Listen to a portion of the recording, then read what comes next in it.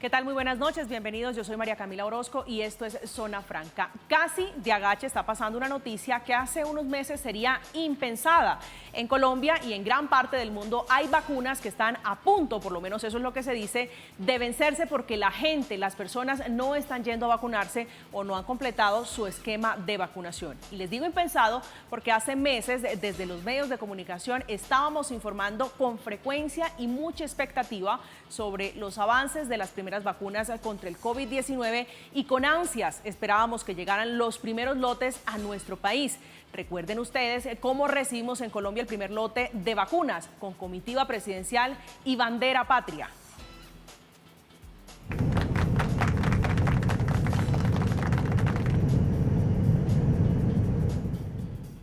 Llegaron en un primer lote 50.000 vacunas de Pfizer y todos hablábamos de la importancia de no saltarse la fila y priorizar a los más vulnerables. Hoy, casi 20 meses después, la ministra de Salud, Carolina Corcho, anuncia que están a punto de perderse cerca de 800.000 vacunas. Pero más allá de encontrar responsables en el gobierno saliente, que es el del presidente Iván Duque, o en el entrante, la situación merece una mirada un poco más crítica. ¿Hay sustento científico que soporte que las vacunas realmente van a vencerse? ¿Qué han dicho las farmacéuticas? ¿Cuánto dinero se podría perder si esto ocurre? Aquí comienza Zona Franca. Bienvenidos.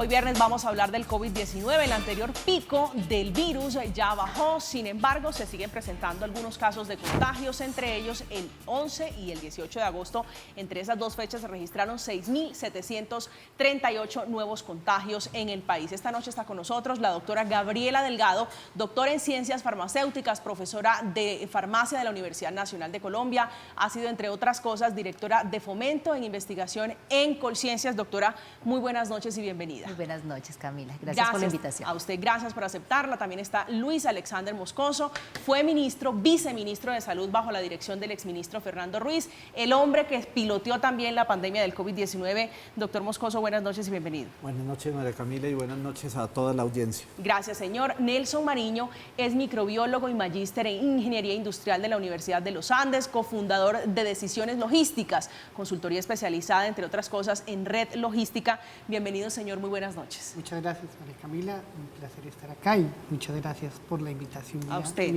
usted por aceptar la invitación. Quiero comenzar con el doctor Moscoso, que está recién salido, como dicen, recién desempacado del viceministerio. ¿Cuál es la percepción suya, doctor Moscoso, alrededor de lo que está ocurriendo con las vacunas de COVID-19 en Colombia? Lo primero, hay una responsabilidad con el país y la responsabilidad es disponer de la cantidad suficiente de vacunas para que todo el mundo pueda ser vacunado. El gobierno saliente dejó una norma que establece la necesidad de que existan vacunas suficientes para todos los colombianos.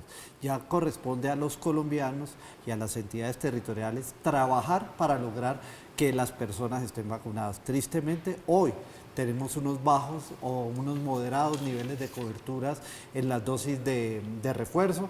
Llevamos unos buenos niveles de cobertura en las primeras dosis, unos buenos niveles de cobertura en esquemas completos, pero estamos muy bajos en la cantidad de refuerzo. Entonces yo creo que aquí es muy clara la invitación a los colombianos a vacunarse. Yo creo que ese es el trabajo. Yo creo que rápidamente el ministerio probablemente vaya a abrir, vaya a dar apertura a otros grupos para que puedan optar mayores refuerzos y yo creo que el trabajo es vacunarnos y las entidades territoriales y los aseguradores buscar a las personas para lograr que se vacunen. ¿Cuántas vacunas se compraron en total para el COVID? Uy, yo ya no tengo el valor exacto, pero se compraron la cantidad suficiente de vacunas para que todos los colombianos tuvieran las primeras dosis, las segundas dosis y los refuerzos correspondientes de acuerdo a las aperturas de edad que están definidas. Doctora Delgado, su lectura sobre lo que está ocurriendo con las vacunas. Pues un poco en línea con lo que dice el doctor Moscoso, sí es necesario profundizar un poco en identificar por qué las personas no quieren acudir voluntariamente, por supuesto, ese es un proceso voluntario, a completar sus esquemas de vacunación o los refuerzos. Sin embargo, debo decir, de pronto un poco en contrario, no es falta de esfuerzos de los entes territoriales, particularmente Bogotá ha dado una apertura incluso a horarios en la madrugada para que las personas que de pronto por cuestiones laborales no puedan acceder a la vacunación en los horarios regulares tengan acceso a la vacunación, y aún así no se ha podido incrementar como se esperaría el número de individuos inmunizados.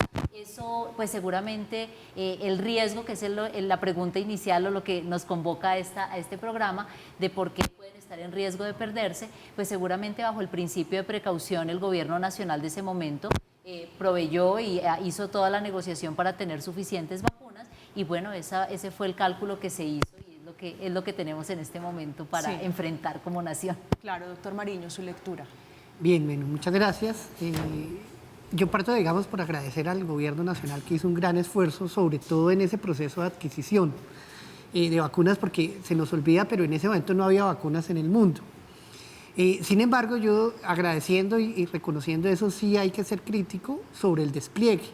El despliegue y la vacunación sí tuvo serias dificultades, tanto desde el punto de vista logístico, que era lo más crítico en el proceso de vacunación, y también en el proceso de educación y de información a la población. Digámoslo así, el ciudadano fue un sujeto pasivo, no fue un sujeto activo dentro de este esquema de vacunación, y al que además sometido a este mundo terrible de las redes sociales, donde una modelo tiene más impacto o un comentarista deportivo tiene más impacto sobre la vacunación, le generaba, digamos, mucha resistencia a vacunarse, sumado a todas estas grandes noticias y a las barreras que se pusieron. A nosotros se nos olvida que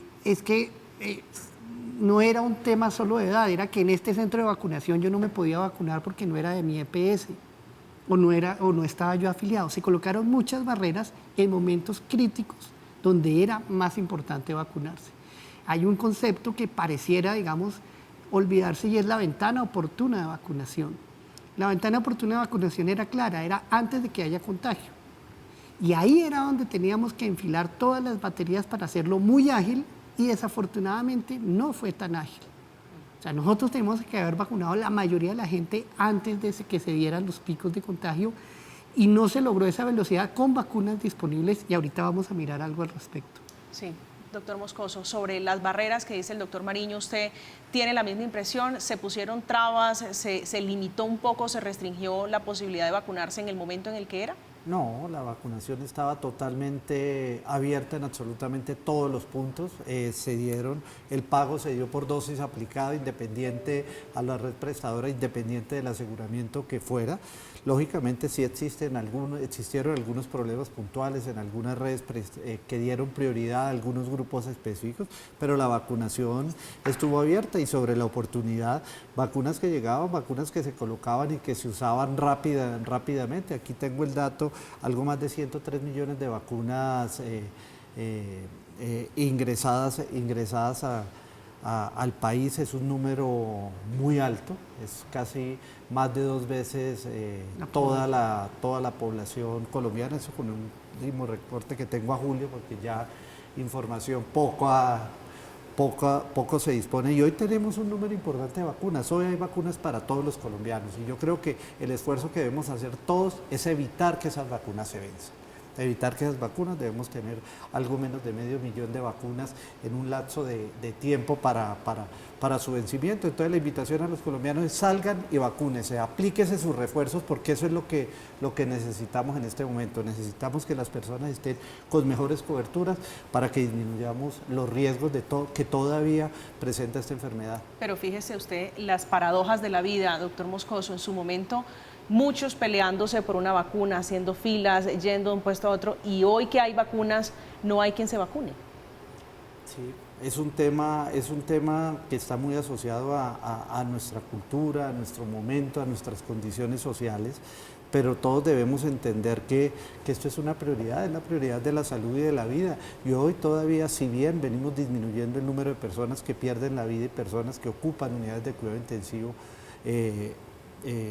en forma importante todavía perdemos muchos colombianos por causa del COVID y esas pérdidas de vida podrían minimizarse. Todavía tenemos pacientes con enfermedades severas y que pueden quedar con algunas limitaciones o algunos trastornos que podrían minimizarse si nos vacunamos. O sea, yo creo que no es hora de relajarnos, es hora de entender que podemos vacunarnos y como lo dice en la Secretaría de Salud de Bogotá y en otras, hay estrategias montadas en el país para que se vacunen y yo creo que en los próximos días el nuevo gobierno montará unos nuevos esquemas y montará unas nuevas opciones. ¿Para qué? Para lograr que más colombianos se acerquen a utilizar las vacunas disponibles. Doctora Delgado. Bueno, yo tengo ahí tres puntos importantes. El primero, sí creo que hace falta educación y eso que llamamos apropiación social de conocimiento, es contarle a la ciudadanía por qué además de tener agua potable, las vacunas son las que han mejorado la expectativa de la humanidad. En términos de salud pública son hitos de la humanidad y COVID es una de las múltiples vacunas que termina impactando positivamente la salud de la población, la salud de los seres humanos.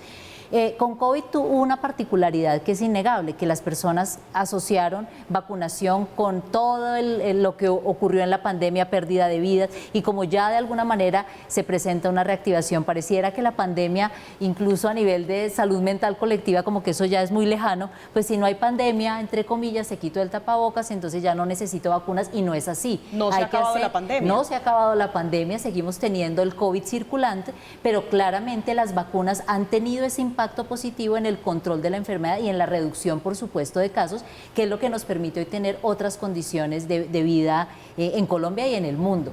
Lo tercero es que Bogotá, y debo decirlo declarando mi conflicto de interés porque trabajo en la Secretaría Distrital de Salud, pero en la alcaldesa, el señor secretario de Salud, emprendieron una labor titánica para que justamente esas barreras en Bogotá no se presentaran. Se hubo un convenio tripartito en el cual públicos y privados aunaron esfuerzos para que cualquier persona, asegurada o no asegurada, independiente de la EPS que tuvieran o no, pudieran tener acceso a su vacuna.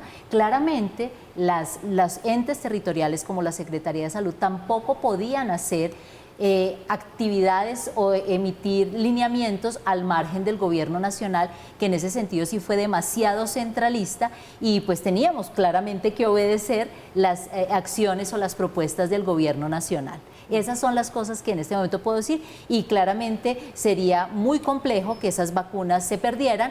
Allá hay otros temas técnicos que creo que son importantes mencionar, la extensión de la vida útil o de las fechas de vencimiento de esas vacunas que hoy ya se están anunciando que pueden o no tenerlas. Colombia tiene el reto técnico de montar una serie de estructuras que permitan evidenciar si claramente lo que dicen las casas farmacéuticas, si son esas fechas de vencimiento, si se pueden extender, todo ese tema de la vigilancia de los medicamentos, incluyendo los biotecnológicos, es algo que nos falta porque a nosotros estamos, digamos, sometidos a la documentación que nos llegue, pero no tenemos una manera de vigilar y de verificar eficientemente que lo que nos dicen los proveedores es cierto, ¿no? Sí, doctor Mariño.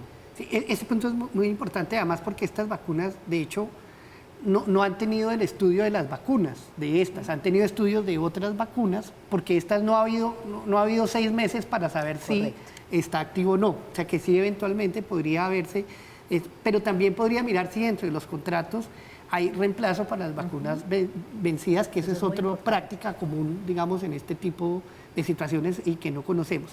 Yo sí difiero un poco en el tema y quiero volver al tema de las barreras. Realmente sí hubo muchas barreras, sobre todo al principio. Las barreras se levantaron en su gran mayoría, pero desde mi punto de vista muy tarde. Recordemos que al principio, o sea, el solo hecho de que en un centro de vacunación solo se pudieran vacunar los de una entidad es una barrera inconcebible en una situación de urgencia. Y eso pasó todo el tiempo, hasta ya al final, cuando ya para qué, o sea, nuestra clave era haber vacunado la mayor cantidad de gente. O sea, posible. su tesis es que ya hoy, cuando usted dice ya para qué, es porque ya hoy le perdimos el miedo al COVID, ya hoy la gente no está interesada. Sí, es decir, ya en este momento el pico de la pandemia pasó, el pico grave pasó, ya le perdimos, pero la oportunidad era antes de que uno se contagie. Ahí es donde la vacuna va a tener un real diferencial. Después de que usted ya se contagió, si bien después se acuñaron otros términos, la inmunidad híbrida y todo, pues ya eso es una nueva realidad. A usted lo vacunan es para prevenir la enfermedad, para que el efecto no sea duro. Y eso es antes de que le dé. Por eso es donde más barreras hubo fue al principio. Yo por ahí tengo unas gráficas, si quiere ahorita las miramos, para mostrar cómo el inventario se acumuló sin necesidad, tanto en Bogotá como a nivel de país. Este fenómeno de acumulación de inventario no es de este mes, ni es del mes pasado. Podemos mostrar que en mayo del año pasado, en pleno pico, había inventario en las neveras. Allí está su gráfico, el gráfico al que usted hace Entonces, ese referencia. primero es, por ejemplo, vea, este primero es de Bogotá. La gráfica, digamos, la azul oscura, digamos, ahí vemos tres. Lo que se recibió en café, ¿cierto? La raya, lo que se recibía, mire que sube y baja, nosotros se nos olvida que estábamos, y por eso es que es importante recordarle al gobierno lo difícil que era a traer vacunas. Y por eso era... Pero fíjese que esa gráfica Sí. dice lo contrario. No, es que, Dice absolutamente lo contrario. No. Dice que usted tenía un inventario de vacunas en azul, aplicación y promedio de inventario. el azul oscuro es la aplicación, Sí, y el en azul la más medida- claro es el inventario En la medida en disponible. que fueron llegando y fueron distribuyéndose, se fueron aplicando. Y esas barreras que usted comenta, yo creo que fueron de tipo puntual, porque la normatividad nunca estableció eso, siempre permitió que la vacuna se aplicara en cualquier sitio, y como le dice Bogotá, por ejemplo, hizo un contrato tripartito para que se vacunaran Pero no al principio. en todas partes, claro, desde los El inicios. convenio tripartito se empezó incluso desde antes que existieran vacunas. claro. Esa plataforma funcionó, pero yo creo que lo más importante de esta gráfica es saber la línea azul es clara, el inventario que disponible. tenemos Entonces mira disponible. que nosotros estábamos aplicando en el caso de Bogotá un promedio de esto es por semana, más o menos un promedio de 300.000 dosis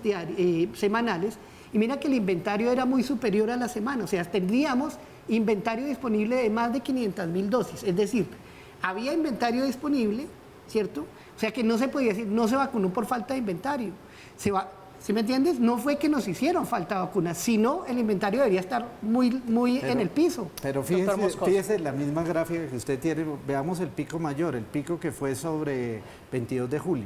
Sí, en julio tuvimos el ¿Cierto? mayor pico. El mayor pico. Fíjese que de inventario. a la semana de tener el pico de inventario tuvimos el mayor pico de aplicación, porque hay que reconocer que distribuir vacunas en más de 5.000 puntos de vacunación en el país, con vacunas para primera vez, para segunda, para refuerzos, y adicionalmente distribuirlas en un conjunto de vacunas, no es un proceso sencillo. Y si usted ve, la disponibilidad de vacunas se dio y rápidamente se fue agotando y se fueron atendiendo. No, O sea, esa gráfica me parece que manifiesta y expresa es lo contrario. Lógicamente, si hoy llegan vacunas, vamos a durar una semana con un inventario alto que se va a ir agotando progresivamente. Doctor Marín. Esto era del año pasado, donde yo insisto era más crítico. Entonces, para mí es inconcebible que en un mundo donde hay escasez de vacunas se acumulen 15 o más días de inventario en ese momento que era típico. Y ahí teníamos, y difiero respetuosamente, porque eso lo vivieron en Bucaramanga. Oiga, no se podían utilizar vacunas de la resolución 1 para vacunar gente del grupo 2. Eso es cierto. No se podían liberar, entonces se acumulaban las vacunas. Nuevamente, yo no podía ir a vacunar gente de la institución EPS2 porque yo tenía asignadas 1.000 vacunas para mis 1.000 afiliados. Y resulta que aquí solo vinieron 700 y no podía vacunar en el otro lado. Vimos el caso de Bogotá, si quiere miremos el caso nacional. ¿Cómo El caso fue nacional, mire, comportamiento? nuevamente es el reflejo. O sea, nuevamente, ahí está, las aplicaciones realizadas está en morado, lo que llegaba en blanco, y mire que el inventario se acumulaba y se acumulaba. O sea, miremos que, y nuevamente, esto es solo del año pasado donde era pico, donde a mí este año no, ya después de esos momentos se perdió, digamos, la urgencia, digamos, de vacunación en el sentido que ahí ya había pasado. Y miren que el inventario, tanto a nivel nacional como a nivel Bogotá, se acumuló. Claro, a nivel nacional entiendo que es más difícil por lo que está diciendo, pero digamos, con el doctor Moscoso ahorita decía, claro que es difícil distribuir vacunas a 5.000 puntos, pero es que esa no era la necesidad. Nosotros en una vacunación urgente necesitábamos una logística diferente. Nosotros necesitábamos centros masivos de vacunación. Entonces mira qué pasaba en Bogotá, porque yo visité inclusive fuera de Bogotá. Teníamos un centro de vacunación muy bueno en el Movistar Arena y teníamos uno muy malo de muchas EPS y teníamos filas al norte de la ciudad, ¿cierto? Porque allá se creó un centro de vacunación en donde era, se me escapa el nombre ahorita, en este otro centro comercial, filas de 7 horas y aquí desocupado. Y aquí al otro lado, digamos, en Corferias desocupado, porque no diseñamos un sistema de vacunación ágil, porque nosotros nos apoyamos en el sistema de vacunación del PAI, que no está diseñado para vacunar masivamente y rápidamente. Se hace en pequeños consultorios, como vacunamos nosotros a los niños, y no masivamente como se requería en ese momento. De todas maneras, en ese sentido, yo sí tengo que defender que esos problemas puntuales, producto de una emergencia que nadie estaba acostumbrado a manejar, porque de hecho... No estábamos esperando una pandemia, no estábamos preparados para una pandemia. Yo creo que en ese sentido hay que rescatar las cosas buenas de un programa ampliado de inmunización donde Bogotá y el país ha sido líder de la región, con unos modos y unos mecanismos particulares de administración, de distribución de vacunas, de tal manera que cuando llega una pandemia y se instalan estos puntos masivos de vacunación en una ciudad como Bogotá, que es un país dentro de otro país, pues claramente se tenían que presentar dificultades que puedo decirlo por ser testigo presencial, que se solventaban en la medida que se presentaban. Los medios de comunicación jugaron un papel fundamental. Todos los expertos que hicieron estas visitas, que comunicaban, decían aquí hay una fila larga y aquí no hay. Ese tipo de intervenciones oportunas se dieron. Es decir, la acumulación no fue porque alguien cansado de hacer una fila de 7 horas no se vacunó, porque se resolvió. Incluso porque le tengo alguien que contar, escondió las vacunas. Nada que ver con eso. Esa no fue el punto tiempo del momento. Digamos, eso no se dio de esa manera. ¿Qué creo yo y cuál es mi lectura? Y yo creo que el doctor Moscoso nos puede ilustrar un poco mejor sobre el tema. Las negociaciones, es decir, la manera en que se proveyeron las vacunas, la cantidad de vacunas que llegaron, y digamos, eso no fue, digamos, de público conocimiento, porque entiendo las mismas restricciones de negociación con las farmacéuticas, pero en aras de resolver, porque quizás esta discusión está para llamar a las personas a que se puedan vacunar, a llamar al gobierno nacional y a quien le toca hoy tomar la decisión para saber cómo negocia o renegocia con las casas farmacéuticas, que tiene toda la razón, y en ese punto es que quiero hacer énfasis. Si en los laboratorios que proveen reactivos para hacer diagnóstico llegamos a negociar que si se vencen reactivos con una fecha de vencimiento, no podemos decir con dineros públicos, ay, qué pesar, se perdieron. Podemos cambiar. Usted toca un punto muy interesante, doctora Delgado, y son los contratos que tenían algún tipo de confidencialidad, doctor Moscoso. ¿Ya podemos hablar de ellos? Sí, yo creo que lo primero a mí me gustaría que miráramos la gráfica que coloca y se ve claramente... ¿La nacional? La nacional. Se la ponemos. Y se ve claramente el impacto rápido de la aplicación de las vacunas. Una vez llegadas las vacunas, a las 2 semanas habría un agotamiento masivo de vacunas. Entonces a mí me parece que ese es un tema que lo invito a reflexionar, igualmente a entender por qué hay que guardar vacunas para unos grupos y por qué hay que guardar para otros.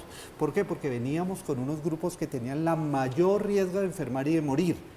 Y usted no podía coger y vacunar a alguien de 22 años teniendo una vacuna que tenía que aplicar para alguien de 79. Y ese de 79 pudo demorarse 1, 2, 3, 4 meses para llegar. Y había que tener la vacuna disponible porque era la prioridad. La prioridad era esa persona y esa persona se estaba buscando. Entonces me parece que es una visión muy rápida sobre las cosas. Pero yo creo que hoy... el sentido creo que de esta discusión no es lo que pasó. Yo creo que estamos de acuerdo, es mirar cómo resolvemos el tema para que no se pierdan estas vacunas. ¿Cómo hacemos hoy?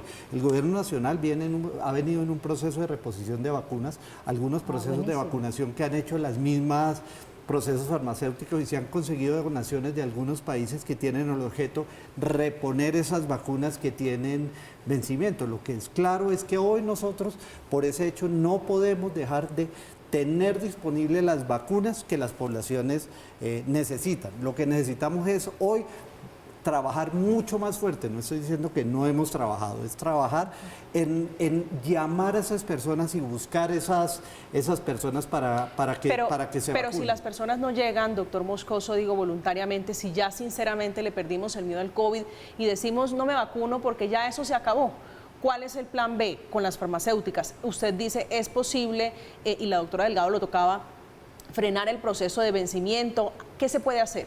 Las vacunas vienen con una ficha técnica. Esa ficha técnica tiene unos vencimientos determinados. Esas fichas técnicas han venido modificándose en el tiempo y algunas farmacéuticas han ampliado los plazos. Hay países que hoy utilizan vacunas en tiempo superior a esas fechas de vencimiento en esas fichas técnicas porque han hecho estudios sobre la vacuna y su competencia en el momento. Es lo que la doctora sugiere y creo que ese es un paso que el país tiene que avanzar en estudiar estos temas y recordar que la vacunación del COVID entra a ser parte del programa regular de vacunación.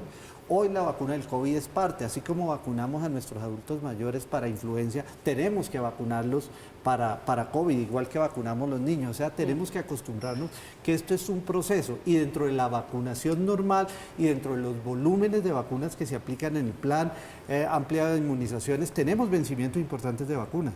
Tenemos vencimientos porque son parte, porque la primera responsabilidad del Estado es ofrecer la cantidad de vacunas necesarias para vacunar ¿a quién?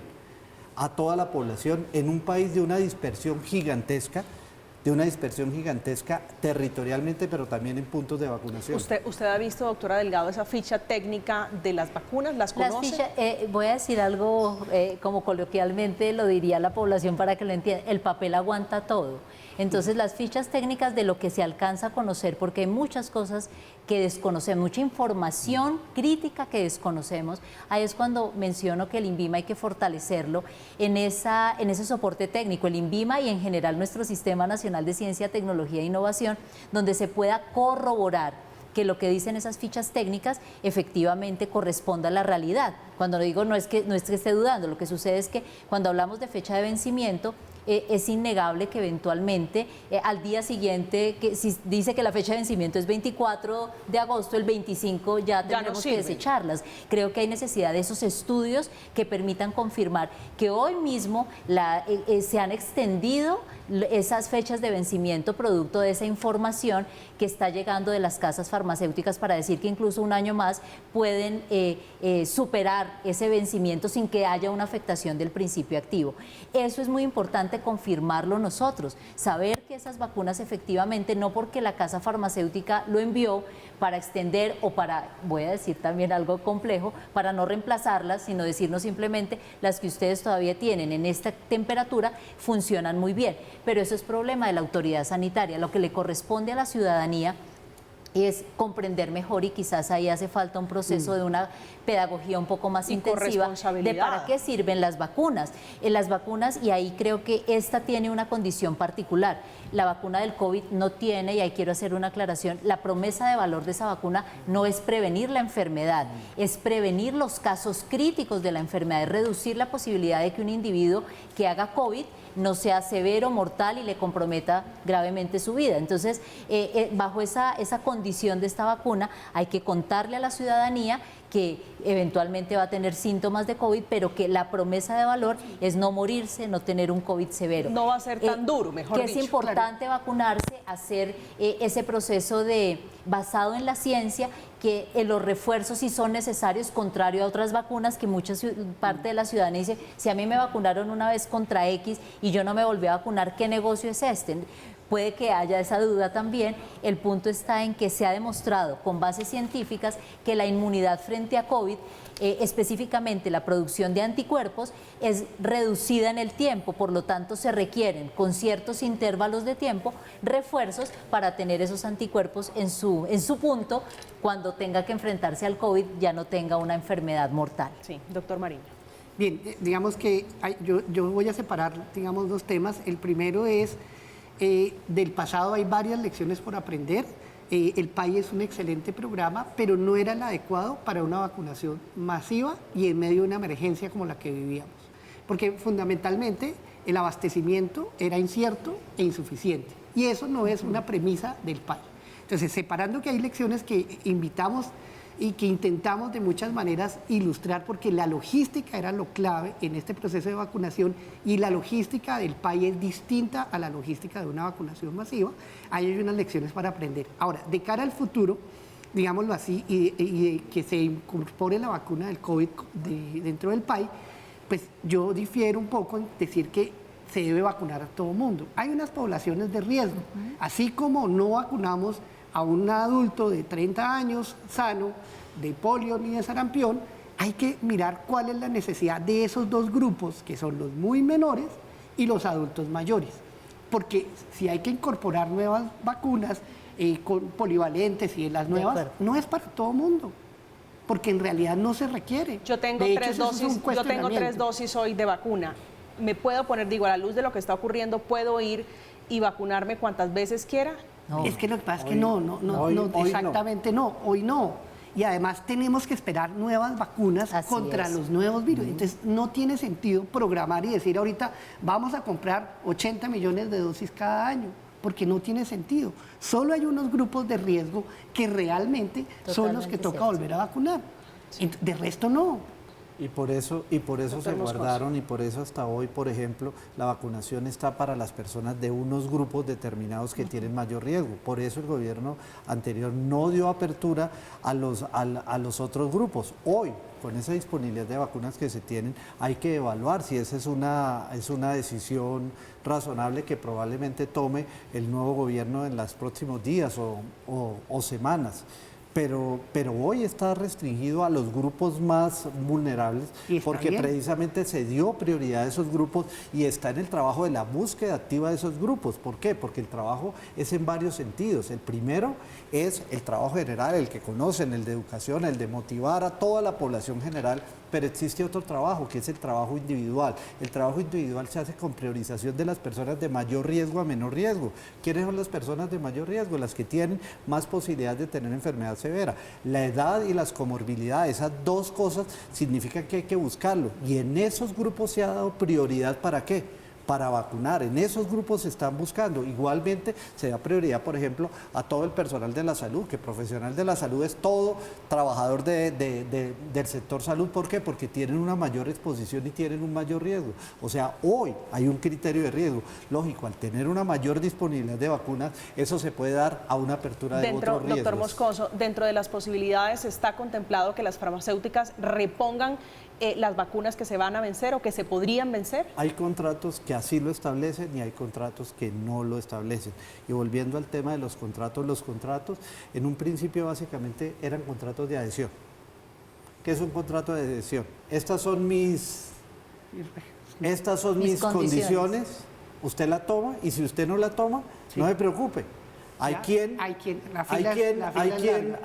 compre esa vacuna. Y inicialmente tuvimos que confiar mucho en los estudios de las farmacéuticas, claro, era lo disponible y no podíamos esperarse. Y fíjense que la prontitud de vacunas que nosotros tuvimos también tuvo ese nivel de incertidumbre y ese nivel de riesgo que entendemos, pero había que hacerlo porque había que garantizar la disponibilidad de vacunas para los colombianos. Estamos en Zona Franca, estamos hablando de las vacunas que a propósito podrían eventualmente vencerse. Hay 450.000 de Pfizer, 18.000 de Moderna, 392.000 de Sinovac y unas 10.000 de Janssen, para que si usted está viéndonos, está escuchándonos, vaya y se vacune si le hace falta alguna vacuna en su esquema. Estamos en Zona Franca, vamos a hacer una pausa, ya regresamos.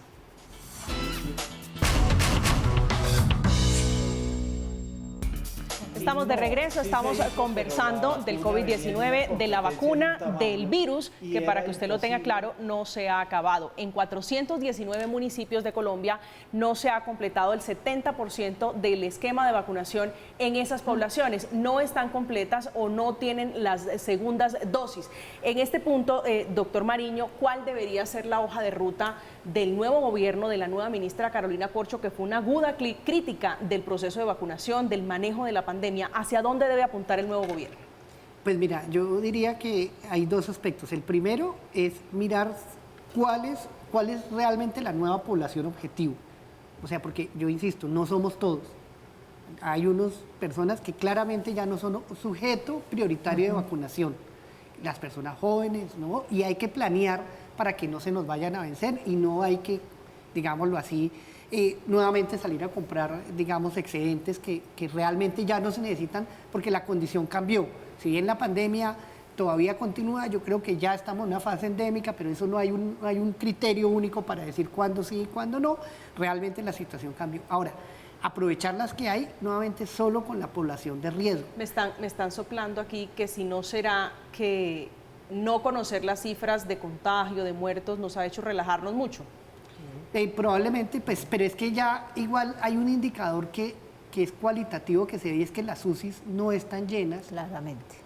Sí, pero seguimos perdiendo vidas. Claro, pero, a los colombianos se nos olvida que seguimos perdiendo vidas por COVID, vidas que podrían salvarse con un proceso de vacunación y de protección. Tiene razón, doctor Moscoso, pero es que a esta altura ya la mayoría de la gente estuvo contagiada. Entonces no es claro si esa vacunación adicional va a reducir la severidad o no, o si fue ya la misma infección que tuvo. Y en eso es algo que es un tema, digamos, no es claro para nadie. Lo que es claro es que tenemos una disponibilidad de vacuna y que hay personas que hoy pueden optar por la vacuna que no han hecho uso de esa vacuna. Y yo creo que lo claro es que hoy todos los colombianos que no tienen las dosis completas, los refuerzos completos y están dentro de los rangos de edad, deben acercarse a vacunarse, porque independiente, la vacunación sí es claro que ha tenido un impacto positivo sobre la severidad de la enfermedad. Eso es claro, lo muestran los análisis nuestros, los análisis internacionales. Entonces necesitamos que las personas acudan a vacunarse. Y aquí es un trabajo también de apoyo de los medios de comunicación en decirle a los colombianos, seguimos perdiendo vidas. Claro, estamos en una fase endémica y vamos a seguirlas perdiendo en la medida de que no hagamos las cosas suficientes. ¿Para qué? Para que garantizar primero esa población de riesgo, pero también la población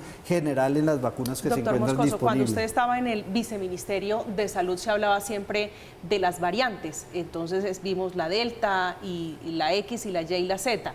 Hoy a esas personas que dicen, tengo una gripita, eso se me pasa tomando agüita de panela, ¿qué consecuencias tiene, por ejemplo, si no se ha vacunado, si está con gripa y no es gripa, sino COVID? ¿Eso qué repercusiones puede tener?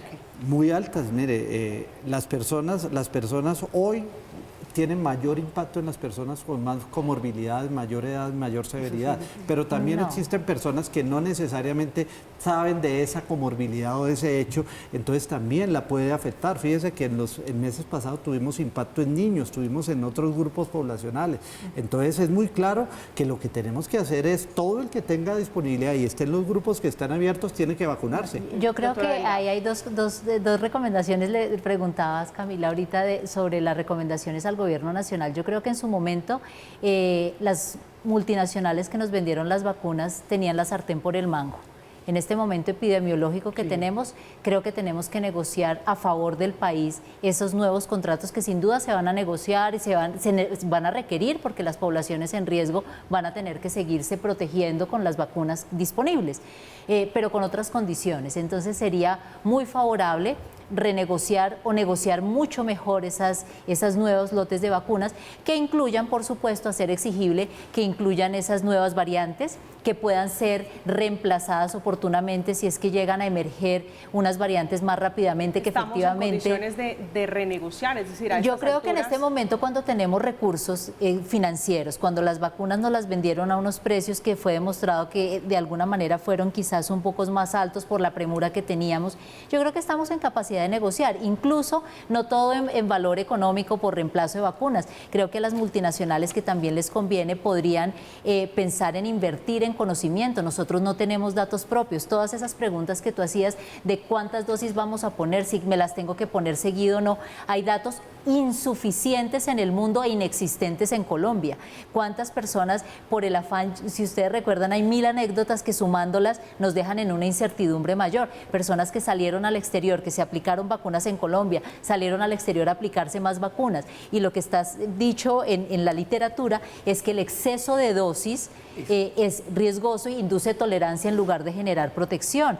Todas esas preguntas legítimas que derivan de la ciencia, que requieren recursos. Se lo pregunté porque conozco varios que se han puesto más de las dosis. Eso no es conveniente. Entonces son las dosis requeridas en la población necesaria y hay que estudiar la población colombiana, saber qué nivel de protección tenemos con esas gripitas que están dando hoy, que probablemente son COVID, eso que llamamos inmunidad híbrida, una serie de términos que seguramente la población no nos va a entender, pero que es fundamental que los tomadores de decisión sí comprendan todo lo que hay detrás de la vacunación de COVID para tomar decisiones un poco mejor informadas y negociar mejor los futuros contratos con las farmacéuticas. Recordando que los contratos de las vacunas se negocian con una anticipación muy alta.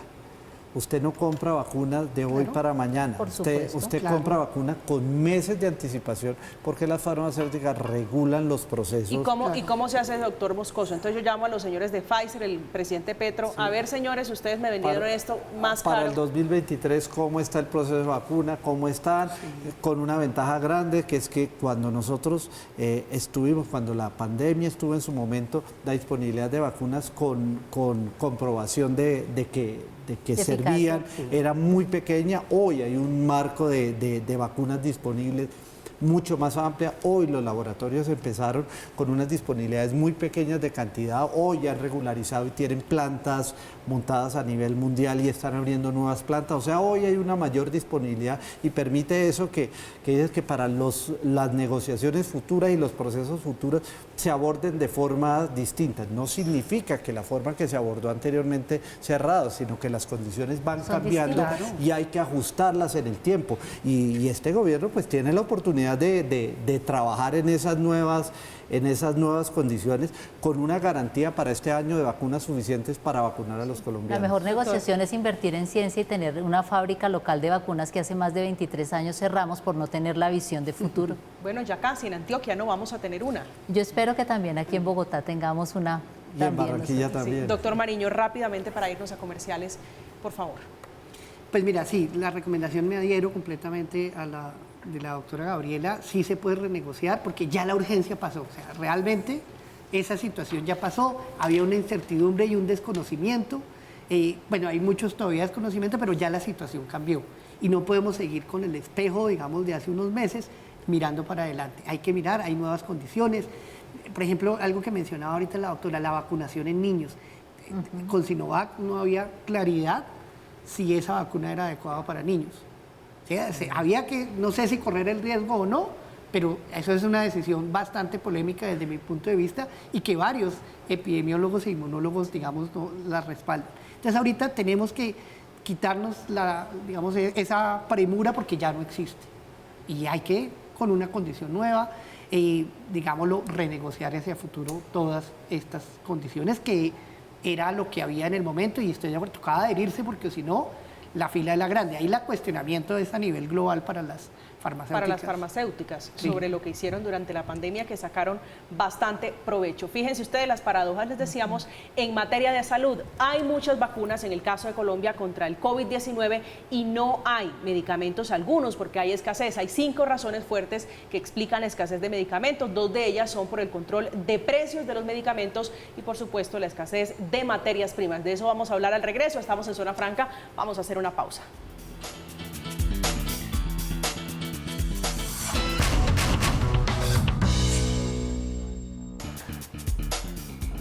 Estamos de vuelta hoy viernes hablando de salud, hablando del COVID, pero también, doctor Moscoso, de la escasez de COVID, de la escasez de medicamentos. ¿Cuál es la razón, cuál es la explicación a por qué no hay medicamentos, entre otras cosas, anticonceptivos? Es lo que trabajamos en el ministerio en esos momentos. Este es un tema multicausal. El primero, el problema claro de distribución mundial y de producción mundial. Tenemos un tema de logística compleja en algunas partes, lo que ha retrasado. Esto ha venido solucionándose progresivamente, pero todavía no alcanza los niveles adecuados y eso ha hecho que no dispongamos de todo lo que se produce en el mundo, tanto en materia prima como en productos ya terminados, pero también hay unas causas internas, lo decías, el tema de control de precios que pudo haber desestimulado a algunas casas a importar medicamentos porque ante producción escasa y mejores precios en otros sitios lo pudo haber, pero creo que esto se restringe a 1 o 2 medicamentos que se están trabajando. Y hay variables en los cambios, en los ajustes del modelo. Ustedes saben que se incorporaron una serie de medicamentos al plan de salud del país. Eso hizo que muchos profesionales cambiaran los medicamentos anteriores por medicamentos nuevos y se contaba la provisión de medicamentos en las cantidades que estaban ordenadas anteriormente. Ante este nuevo ordenamiento, aunque se hicieron avances para mayor producción, parece que no están alcanzando a demandar. También hay razones que se pueden ver, el hecho de traslado de usuarios de EPS que tenían alguna restricción o alguna limitación de entrega de algunos de estos elementos a algunos pacientes. Las nuevas EPS han entrado a entregar estos medicamentos, esto ha aumentado la demanda y el mercado no ha tenido la capacidad suficiente en distribución para lograr llegar a todos los puntos. Eso se viene trabajando desde el año pasado con las compañías farmacéuticas, con los distribuidores y con los mismos aseguradores para garantizar y minimizar, pero también hay un tema de distribución interna, de canales logísticos. Hemos visto,